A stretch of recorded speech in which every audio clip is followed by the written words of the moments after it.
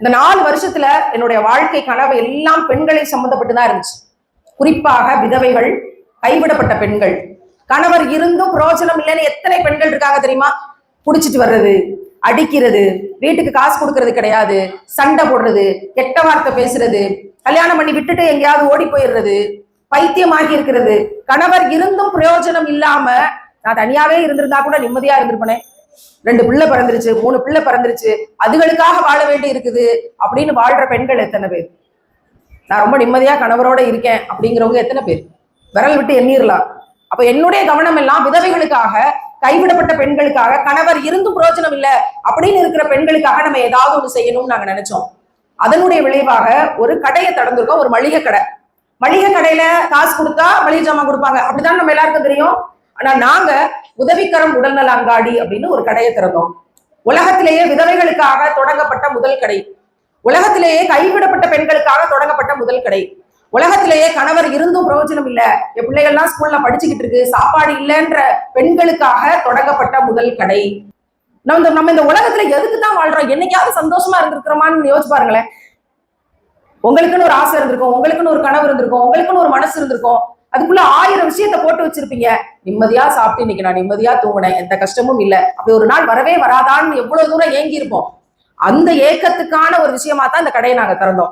இந்த கடையில விதவைகளுக்கு இலவசம், கைவிடப்பட்ட பெண்களுக்கு இலவசம், கணவர் இருந்தும் பிரயோஜனம் இல்லை அப்படின்னு இருக்கவங்களுக்கு இந்த கடையில இலவசமான பொருட்களை கொடுக்கணும்னு நான் பிச்சை எடுக்கிறேன், நான் கையேந்துறேன். இருக்கப்பட்ட மக்கள்கிட்ட இருந்து வாங்கி இந்த விதவைகளுக்காக கொடுக்கணும்னு தமிழ்நாடு முழுக்க இதுவரைக்கும் 200 விதவை பெண்களை தேர்ந்தெடுத்தோம். அதுல ஃபில்டர் பண்ணி முதல் கட்டமாக 80 விதவைகளுக்கு தமிழ்நாடு முழுக்க 5000 ரூபாய் பெருமானம் உள்ள மளிகை ஜாமான் ஒரு மாசம் முழுசுக்கும் அது போதும். 3 பிள்ளைகள், ஒரு விதவை, 2 தாய் தகப்பன், அப்படி இருக்கிற குடும்பங்களை செலக்ட் பண்ணி இந்த மாசம் கொடுத்து முடிச்சுட்டு உங்கள்கிட்ட நான் அதை பேசிட்டு இருக்கேன். 4 வருஷத்துக்கு முன்னாடி இருட்டுல இருந்த ஒரு பெண்ணால் இது சாத்தியம்னா உங்களாலே இது சாத்தியம்தான். கொடுக்க ஆரம்பிங்க. கொடுக்க ஆரம்பிக்காம நிச்சயமா நமக்கு கிடைக்குமா அப்படின்னா கிடைக்காது. அதுதான் உண்மையான ஃபார்முலா. இந்த ஃபார்முலாவை யாருமே சொல்லி தரது இல்லை. யாராவது இலவசங்கள் கொடுக்கணும் அப்படின்னா கொடுப்போம், அவ்வளவுதான். ஆனால் அதையும் வாங்கி அதுல கொஞ்சத்தை யாராவது கஷ்டப்படுறவங்களுக்கு, உங்களுக்கு தெரிஞ்சவங்களுக்கு கொடுங்களேன், உங்களுக்கு இன்னும் நிறைய கிடைக்கும். உங்க வாழ்க்கையிலையும் உங்க மனசுலயும் நிம்மதி கிடைக்கும். அப்படி ஒரு விஷயத்துக்காக தான் இந்த உதவிக்கரம் உடல்நல அங்காடியை நாங்க ஆரம்பிச்சிருக்கோம்.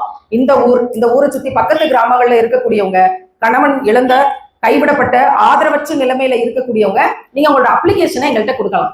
நாங்க அதை பார்த்து அது உண்மைதானா அப்படின்னு கிராஸ் செக் பண்ணிட்டு உங்களுக்குரிய உதவிகளை இந்த உதவிக்கரம் உடல்நல அங்காடியிலிருந்து செய்வோம். அப்போ நாம் இந்த உலகத்துல வாழ்றது அப்படிங்கிறது கொஞ்ச நாள் தான். இங்க இருக்க எல்லாராலையும் சொல்ல முடியுமா நாளை காலையில உங்களை வந்து நான் பாக்குறேன்? சொல்ல முடியுமா? சொல்ல முடியாது. நைட்டு செத்து போயிட்டா என்ன செய்யுது? மரணம் எப்போ வேணாலும் வரும். ஆனால் மரணத்துக்கு பிறகு ஒரு வாழ்க்கை இருக்கு. நான் பேசுறதுக்கு இந்த உடம்புக்குள்ள ஒரு உயிர் இருக்குதே, அது என்ன பேச வைக்குதே. இந்த உயிர் இங்க இருந்து கிளம்பிருச்சுன்னா மண்ணுல அடக்கிடுவாங்க. அந்த உயிர் எங்க போச்சு? எங்கேயோ போகுது. எங்க இருந்து வந்துச்சு? எங்க இருந்தோ வந்திருக்குது. அப்போ இங்க இருந்து அந்த ஆத்மா கிளம்பும் போது எங்க போகுதுங்கிற கேள்வியோட நம்ம இருந்தோம்னா நிச்சயமா நம்ம வாழ்க்கையில ஜெயிச்சிருவோம். அது எங்கேயோ போகுது, போற இடம் சொர்க்கமா இருக்கணும் அப்படிங்கிற நினைப்பு இருந்தா நம்ம எந்த தப்பும் பண்ண மாட்டோம். நம்ம கையில கிடைக்கிறத கஷ்டப்படுறவங்களுக்கு பகிர்ந்து கொடுப்போம். அதனால இங்க வந்திருக்க எல்லாருக்கும் இறைவன் எனக்கு தந்த வெற்றியின் சூட்சுமத்தை நான் சொல்லி தர்றேன்.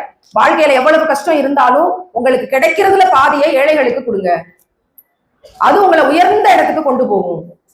நீங்க எதையெல்லாம் கனவாக அடையணும்னு ஆசைப்படுறீங்களோ அதெல்லாம் உங்க கைக்கு ஒரு நாள் வரும். இது நான் எனக்கு கிடைச்ச, நான் அனுபவிச்ச விஷயத்த உங்கள்கிட்ட சொல்றேன்.